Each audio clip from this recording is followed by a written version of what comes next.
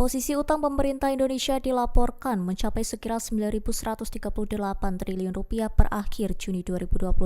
Menteri Keuangan Purbaya Yudisadewa menilai jumlah tersebut masih tergolong aman dan tidak perlu menimbulkan kekhawatiran berlebihan di tengah masyarakat. Purbaya bahkan menanggapi kekhawatiran publik terkait utang negara dengan mempertanyakan alasan di balik kekhawatiran tersebut. Ia menyindir pihak-pihak yang menilai Indonesia tidak memiliki cukup dana untuk membayar utang. Menurutnya, jika seseorang memahami kebijakan fiskal, mereka seharusnya tahu bagaimana mengukur kemampuan suatu negara dalam melunasi utangnya. Pernyataan itu disampaikan Purbaya di Menara Bank Mega di Jakarta pada Selasa 28 Oktober 2025. Menurutnya, lembaga internasional tidak menilai suatu negara dari Download Tribun X sekarang, menghadirkan lokal menjadi Indonesia.